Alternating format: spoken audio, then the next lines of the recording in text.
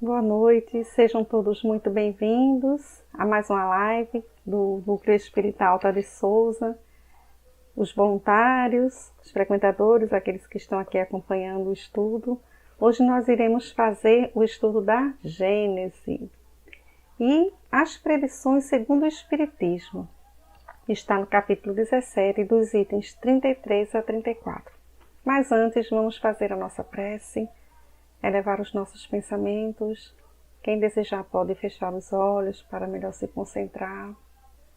Que o nosso Mestre, Divino Amigo de todas as horas, possa nesse momento nos inspirar, nos orientar.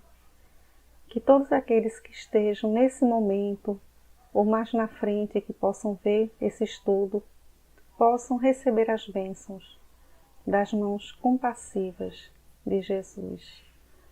Que Ele seja conosco, agora e sempre. Bom, nós vamos falar sobre o advento de Elias. Vamos começar pelo início, né? O que é advento? É o aparecimento, a chegada de alguém ou algo, aquilo que começa a se instituir. Esse evento, esse trecho, ele se dá muito tendo como base a transfiguração, que aconteceu lá no Monte Tabor, na Galileia, está lá em Mateus capítulo 17, quando Jesus, acompanhado daqueles 3 discípulos mais chegados a ele, que sempre estavam nos momentos importantes, que eram Pedro, João e Tiago, né? Viviam com Jesus esses 3. E eles presenciam uma verdadeira sessão mediúnica. Aparecem, junto com Jesus, Moisés e Elias, os pais da raça. Mestre, nesse momento, está resplandecente, uma incomparável beleza, como diz Amélia Rodrigues no livro A Luz do Mundo, psicografado por Divaldo Pereira Franco. Ela diz que ele se eleva, né? E que eles, os discípulos, não tinham nenhuma dúvida com relação à procedência divina de Jesus, né? Porém, diferente de outros profetas, porque nós sabemos que os judeus, o povo hebreu, esperava muitos messias com objetivos diferentes. Por isso, também há dificuldade em identificar cada um deles.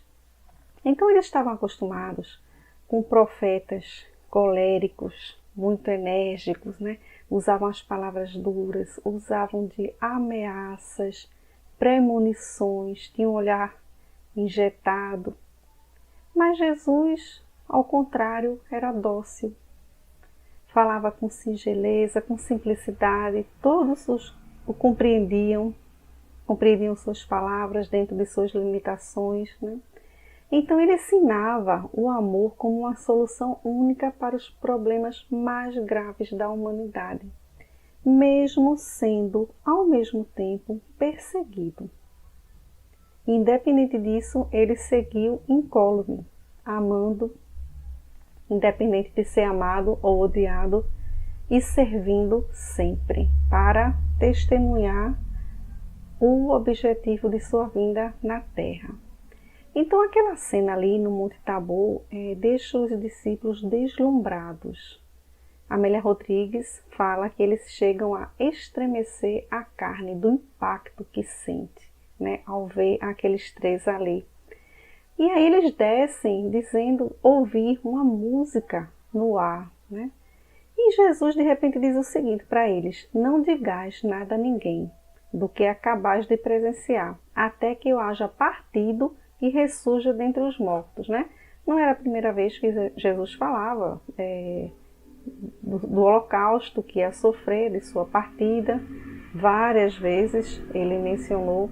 Os discípulos sempre ficavam entristecidos e adiando aquela informação sem querer processar, né? Achando que ele tinha todos os poderes, nada de mal iria acontecer para ele no final das contas, né?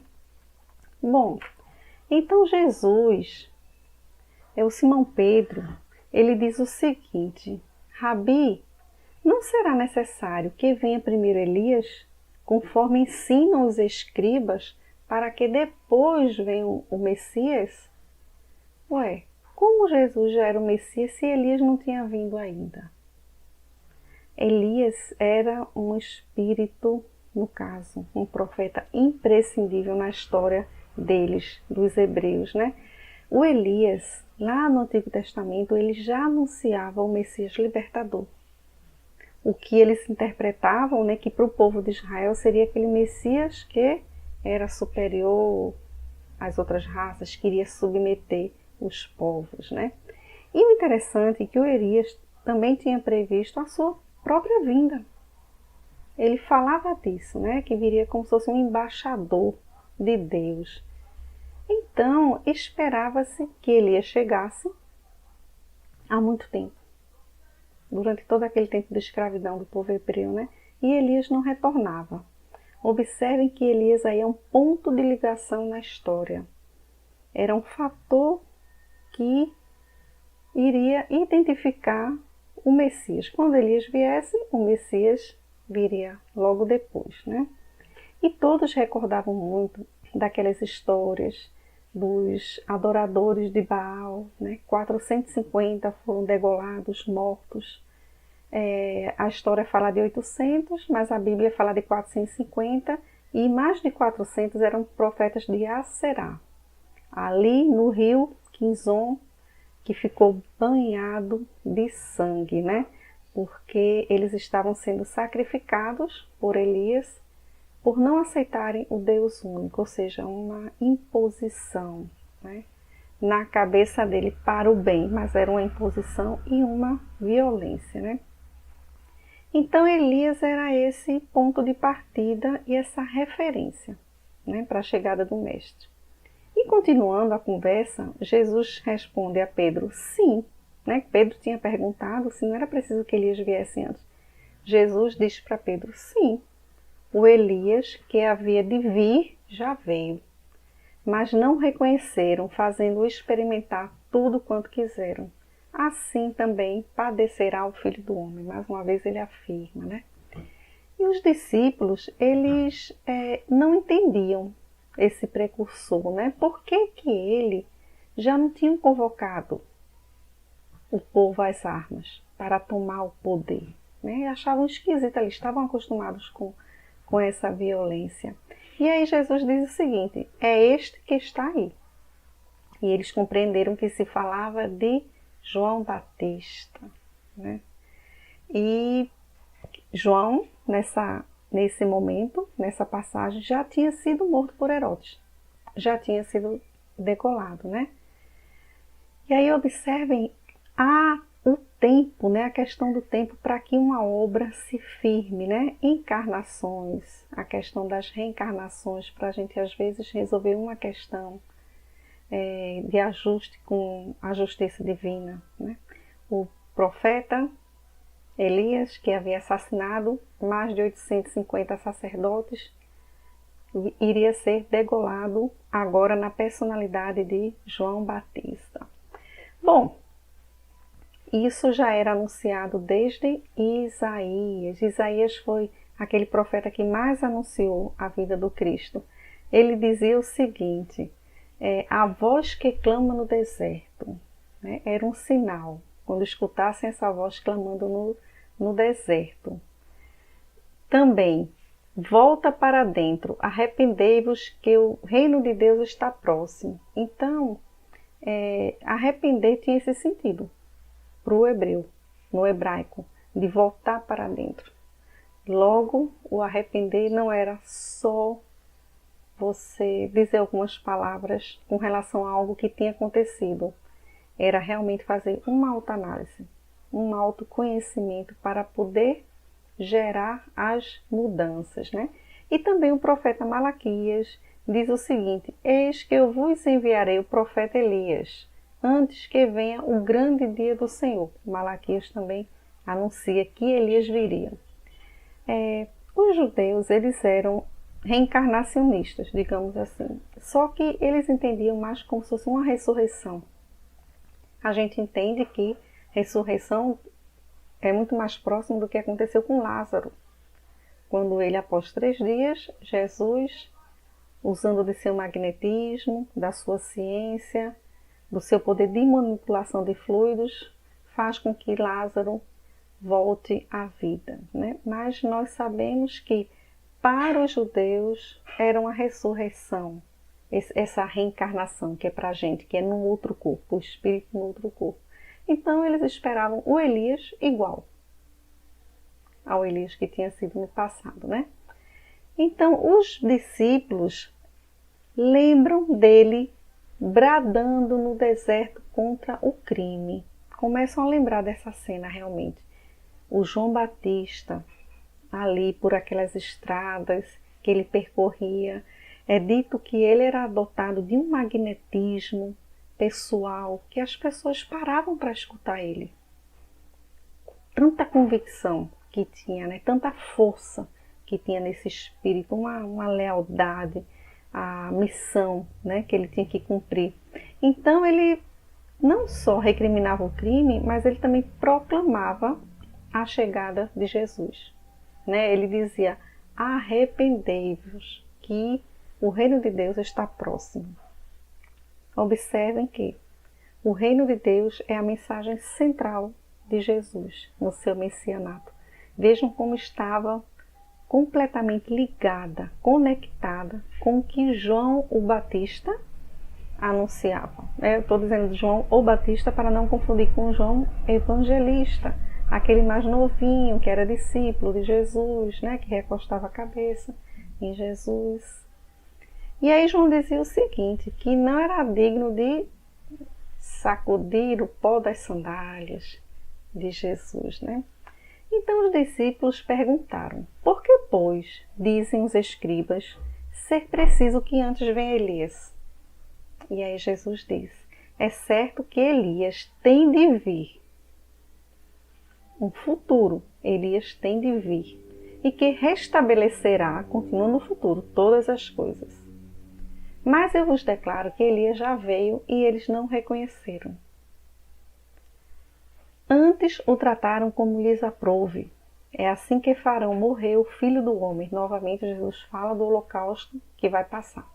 Então seus discípulos compreenderam que era de João ou Batista que ele lhes falara. Está em Mateus capítulo 17, de 10 a 13, né?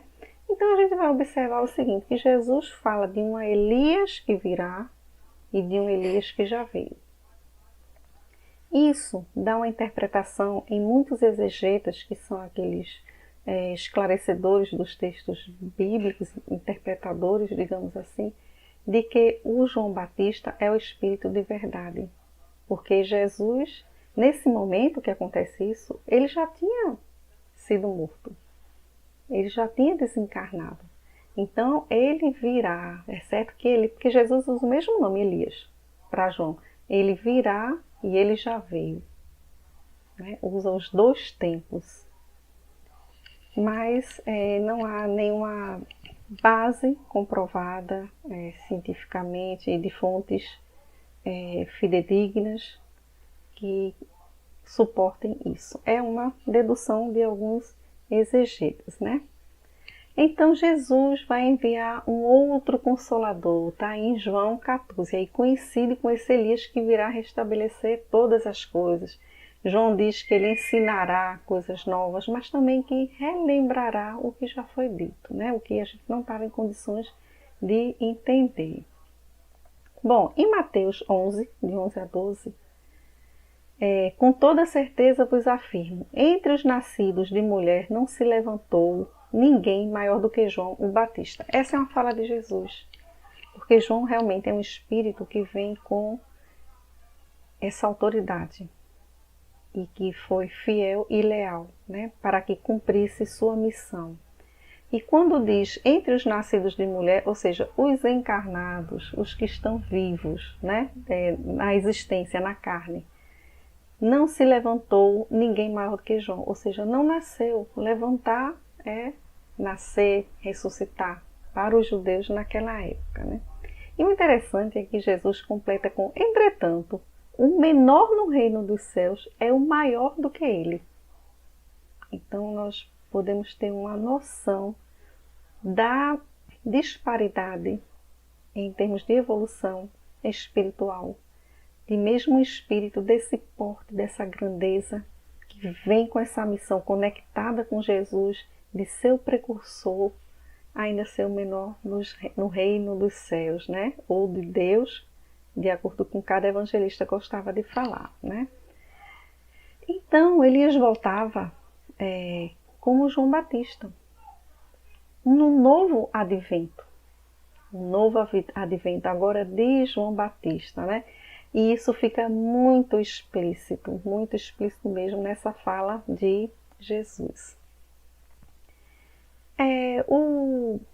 A Jesus para vir, nós sabemos que houve uma preparação, que houve uma família espiritual que suportasse essa chegada dele. Então nós vemos a prima de Maria de Nazaré, da mãe de Jesus Cristo, seu marido, Zacarias, idosos, não tinham tido filhos. E eles eram observantes da Torá, os ensinamentos judeus, aqueles 613 ou 14 ensinamentos judaicos.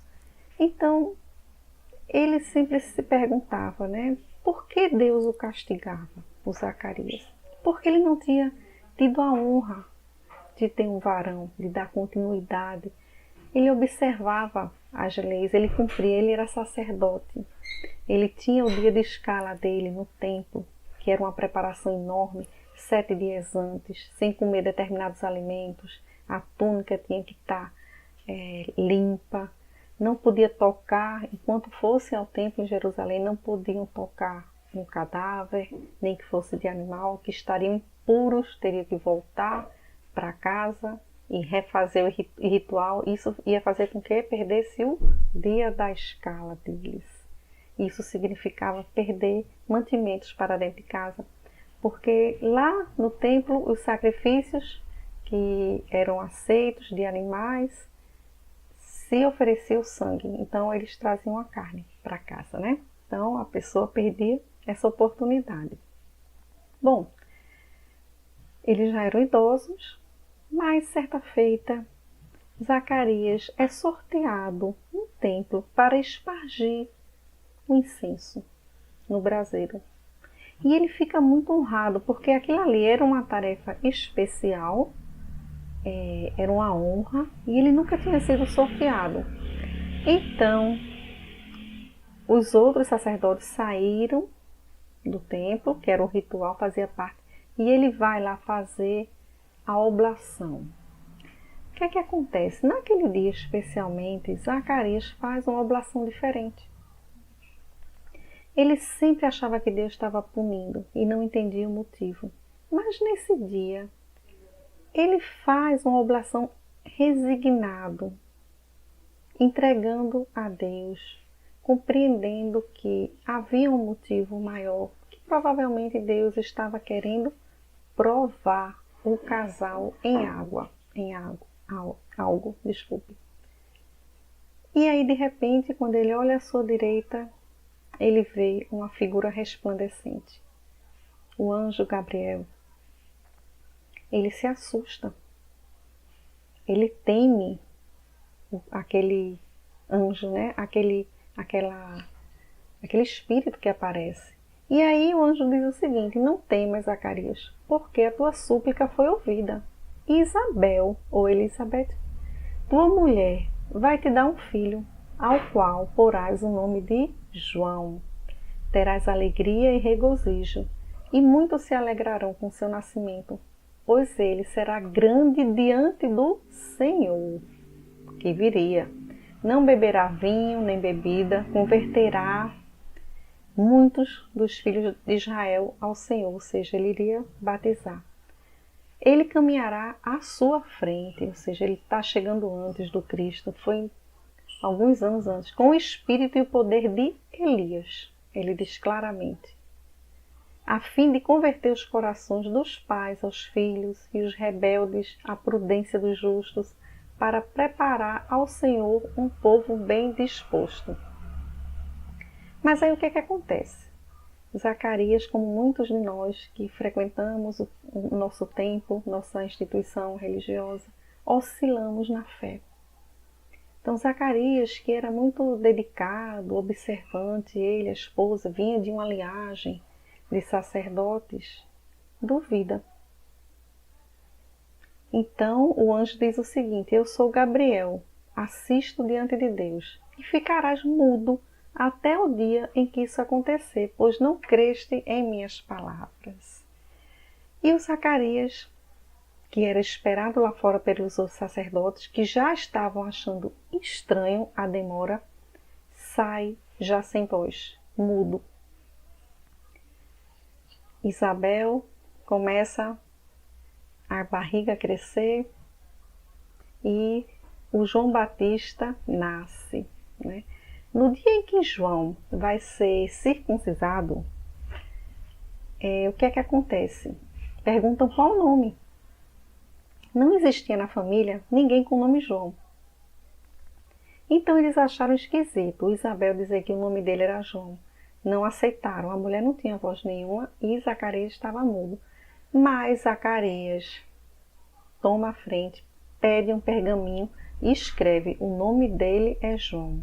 Aí sim é aceito realmente como João, e diz que nesse momento o Zacarias, mediunizado, recita um salmo belíssimo em homenagem ao menino que estava vindo. Então a gente percebe o quão especial esse espírito, né? A força dele nessa história. Mas na frente nós vemos no livro Boa Nova, no 2º capítulo, esse livro aqui incrível, que esse livro é um evangelho por Humberto de Campos, podemos dizer. E aí nós observamos Maria de Nazaré conversando com a prima. A prima vai visitá-la com o João. Os meninos ficam brincando e elas conversando, falando o quanto eles eram especiais, né? O quanto aqueles meninos eram diferentes. Então, Maria de Nazaré diz o seguinte: essas crianças, a meu ver, falando de João Batista e de Jesus, respondeu-lhe Maria, intensificando o brilho suave de seus olhos, trazem para a humanidade a luz divina de um caminho novo. Meu filho também é assim, envolvendo-me o coração numa atmosfera incessante de cuidados. Então ela vê Jesus na rua, nas estradas, consolando. Isabel fala de um João meditando com a tez grave, né? Como se estivesse elaborando planos, muito diferente, crianças muito especiais. Nesse momento elas olham para eles e veem eles no monte, Jesus apontando algumas montanhas, mais além, João acompanhando, como se Jesus fosse um oficial, né, um comandante ali, explicando o que viria lá pela frente, né? Então, aqui no capítulo diz o seguinte, que João Batista foi a voz clamante do deserto, operário da primeira hora, primeiro trabalhador do Cristo, foi João Batista, né? Ele é o primeiro sinal do Cristo ativo. É ele que dá o tom, né, da chegada de Jesus. Bom, uma noite, João vai para o deserto, João fica muito tempo no mosteiro, ele não segue a profissão de sacerdote da família, se afasta. Numa noite, João tem um sonho e ele se vê como o próprio profeta Elias, pedindo fogo aos céus sobre aquelas pessoas para consumir suas vítimas, né? Suplicando em misericórdia lá. João, quando acorda, vê seu pai, Zacarias. E aí Zacarias diz: sim, meu filho, chegou a hora de dares início à missão para a qual vieste à terra, passando por tão longa preparação. E aí Zacarias diz o seguinte: o Cristo já se encontra na terra. Ele anuncia. Ele chama ao arrependimento, o voltar para dentro que nós falamos. Ele explica que João deve fazer aquilo, que deve anunciar e chamar as pessoas ao arrependimento, porque os tempos são chegados. E ele dá instruções claras, ele diz que ele deve deitar a pessoa na água e levantar, como um sinal. Aquele povo usava muito simbolismo, então aquilo era um sinal o quê? Deitar, no hebraico, é morrer, e levantar é ressuscitar. Então seria a mudança, o homem velho morrendo e o homem novo surgindo, transformado. E aí o Zacarias deixa claro que essa transformação, essa mudança, se não houver, não adiantou de nada o ritual. Foram apenas movimentos que foram feitos, né? Então, diz que Jesus será também identificado, que Jesus vai até ele, que ele aguardasse, que na hora ele iria saber, iria ser avisado para ele, né? Ele fica muito impressionado com aquela conversa com o pai, que já tinha desencarnado, pede nesse mosteiro para liberarem ele, e aí ele sai pregando, né? Arrependei-vos, porque o reino de Deus está próximo. Certa feita, está ele batizando no Rio Jordão e o seu olhar cruza com o Rabi da Galileia. Jesus chega majestoso. Aquelas pessoas que olham se impressionam com aquela figura tão bonita, tão simples ao mesmo tempo, mas não aglomeram ao redor dele, se afastam até, como se fosse um respeito. Jesus tira sua túnica e chega próximo, né? E quando Jesus se aproxima de João, ele diz o seguinte: João fica muito impressionado e diz que por quê? Né, que ele estava ali, por que Jesus, que ele que devia ser batizado pelo Cristo, porque o Cristo não tinha mancha, aquilo ali era para quem tivesse manchas, tivesse imperfeições, né? Mas aí o Jesus diz uma coisa muito bonita, que nós sabemos que para nós também ele fala, né? Ele diz o seguinte: ele chama de filho de Zacarias. Filho de Zacarias, eu sei da beleza e da delicadeza de tua alma. Se outrora agisse brutalmente, digamos assim, foi por conta de excesso de zelo com as coisas do Pai. É importante agora que concretizamos o que os espíritos amigos que estão à frente da Terra planejaram. Ou seja, Jesus aí já deixa muito claro, é o início do messianato dele, é a primeira coisa que ele faz quando ele sai da casa de Maria, né? Ele vai direto para ser batizado. Ele já está dizendo que não veio derrogar a lei, não veio destruir a lei. Ele veio cumprir, mas dar um novo significado. Então, ele passa por todos os rituais judaicos. Todos. Jesus vive como um judeu, né? Ele tinha acabado de sair da casa de Maria. Uma despedida emocionante. Porque Maria na porta de casa, como uma mãe zelosa, Maria dizia sempre que era a felicidade só não era completa em ter Jesus enchendo a casa de alegria, cantando, ajudando, né, como ela dizia, só não era uma felicidade completa por conta da angústia que ela sentia pelo futuro do filho. Ela não sabia o que pessoas maldosas pudessem fazer com alguém tão especial, tão puro. Então ela tinha esse receio, tinha um pressentimento da missão, que ela veio como missionária também, e isso fez com que ela tentasse muito argumentar para que ele não fosse seguir a vida pública, né? E ela usa muitos argumentos como mãe, diz que depende do trabalho dele, porque o José já tinha morrido e ele tinha assumido, aliás, antes de José morrer, ele já tinha começado a trabalhar na carpintaria a pedido dele mesmo, mas agora ele, depois da morte de José, ele estava sozinho. E ele explica que os irmãos já estavam, né, trabalhando, que não necessitava mais. E depois dela usar vários argumentos, ela diz: mas e o amor que nós temos a ti? Não te diz nada? E aí Jesus diz uma coisa muito bonita, ele fala aí da família universal, né? Porque ele diz: amo todos.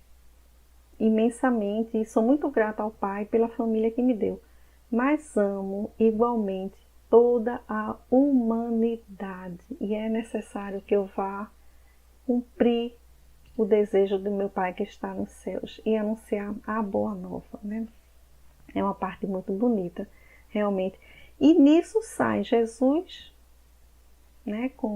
Maria ainda interpela, ainda diz assim: meu filho, não levas nada, não levas roupa, comida, dinheiro. E ele diz: minha mãe, não se preocupe, a cada dia o seu problema. Meu Pai que está nos céus proverá todas as coisas. Que confiança, que entrega, né? Que relação estreita com o Pai que Jesus chamava Paizinho, né? E aí Jesus sai com um cortejo luminoso, legião de seres angélicas que Maria não vê com os olhos físicos, obviamente, entoando hinos ao seu redor, né? Bom, após ter sido batizado por João, Jesus continua no local por 2 ou 3 dias. E aí João começa a fazer uma pregação diferente. Então observem a humildade de Jesus, como se fosse ali João o Batista era um mestre, tinha discípulos. Então Jesus se coloca ali, né, como humilde, como um companheiro. E João está fazendo uma pregação diferente, porque antes muito rude, né, muito ameaçador, aquele espírito ainda de Elias muito vivo nele, depois do contato com Jesus, ele fica dócil. Ele faz um discurso alegre, com esperança, com felicidade, como é a Boa Nova. A Boa Nova não é algo triste, sisudo, né, cheio de regras, de punições. Não, é a libertação, é o amor, é a alegria, né? Então, certo momento também, Jesus, lá vindo de Cesareia de Filipe, interroga os discípulos perguntando o seguinte: que dizem os homens com relação ao Filho do Homem? Ele se anunciava assim, Filho do Homem, por 2 motivos. Às vezes era uma menção a Filho de Deus, mas outras vezes era realmente a humanidade, ele se colocando, se identificando com a humanidade, né? Quem dizem que eu sou? Aí os discípulos dizem: dizem que você é João Batista, que é Elias, que é Jeremias, o profeta. Eles tinham essa confusão também, com o próprio João Batista, inclusive.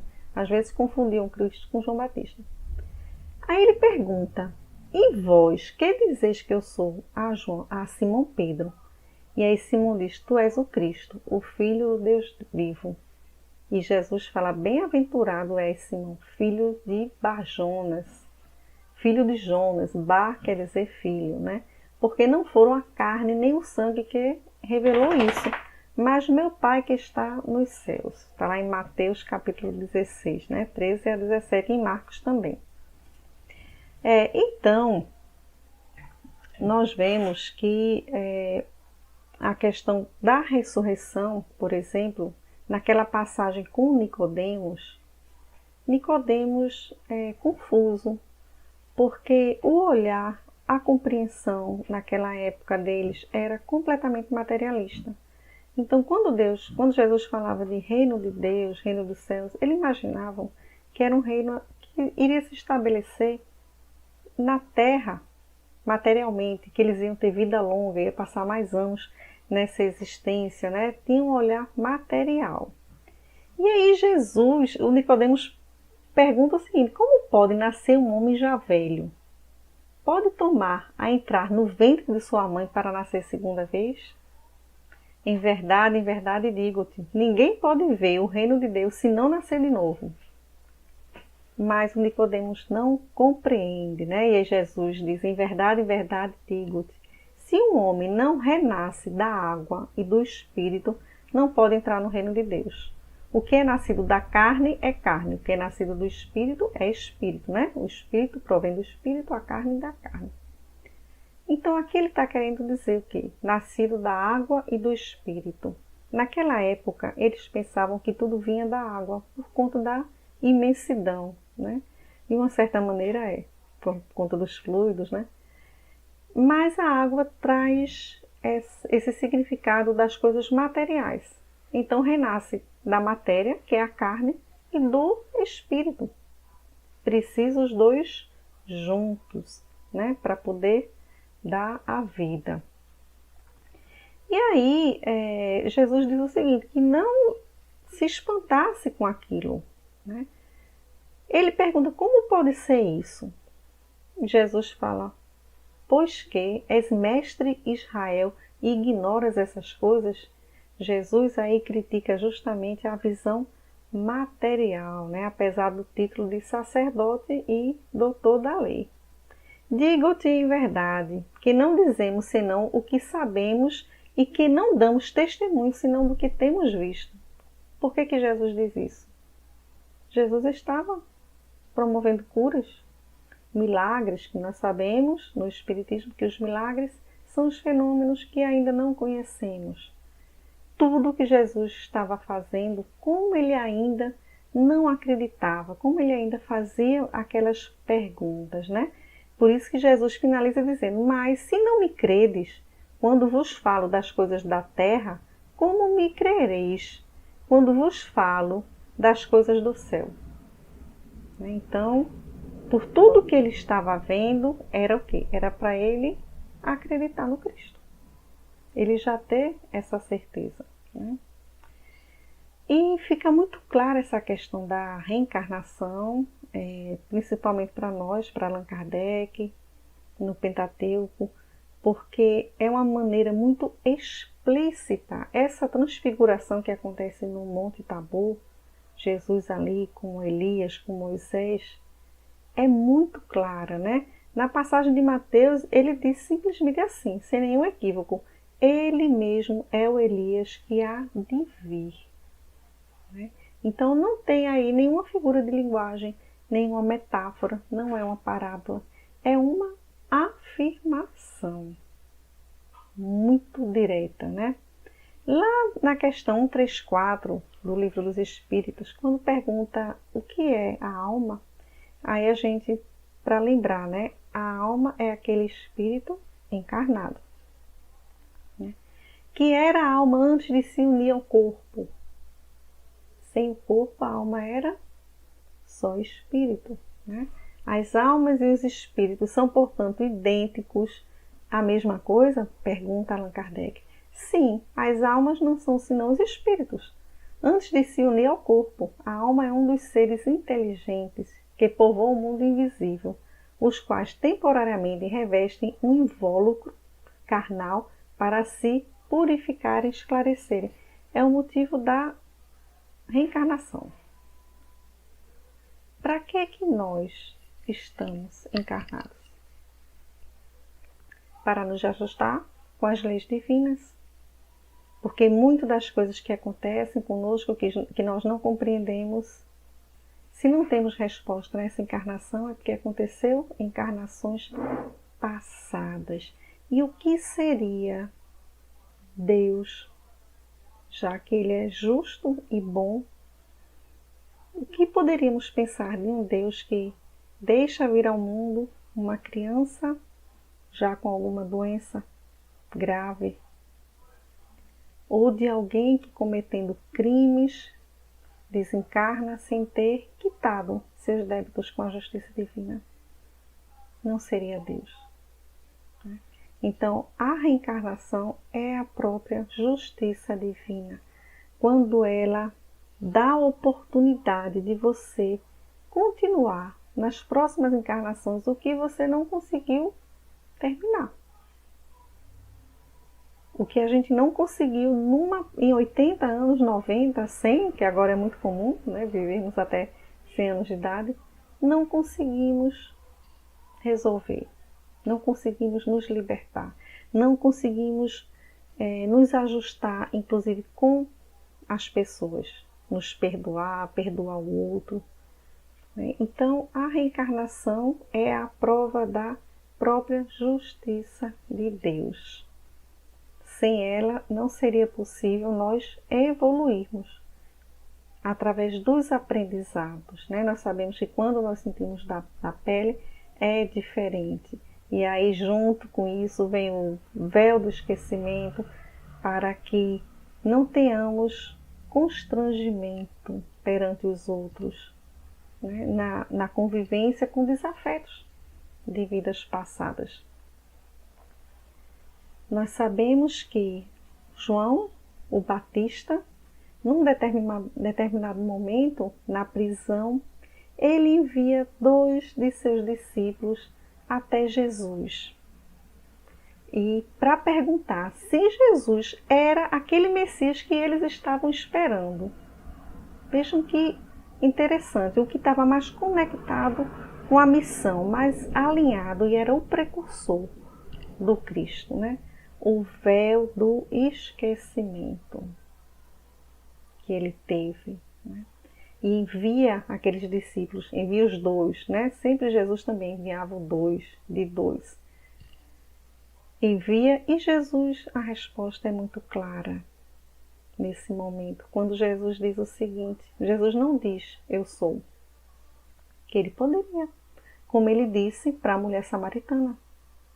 Ele anuncia o messianato dele a uma mulher pecadora e samaritana, com quem os judeus eram brigados. Eu o sou, mulher, eu que vos falo, sou o Cristo, sou o Messias. E ela sai gritando por todo o vilarejo. Vem conhecer o que aconteceu, né? Então Jesus simplesmente não diz, eu sou. Jesus simplesmente diz, veja as maravilhas que eu faço. Aquelas pessoas não tinham dúvida com relação ao messianato, porque o que Jesus fazia só podia vir de Deus.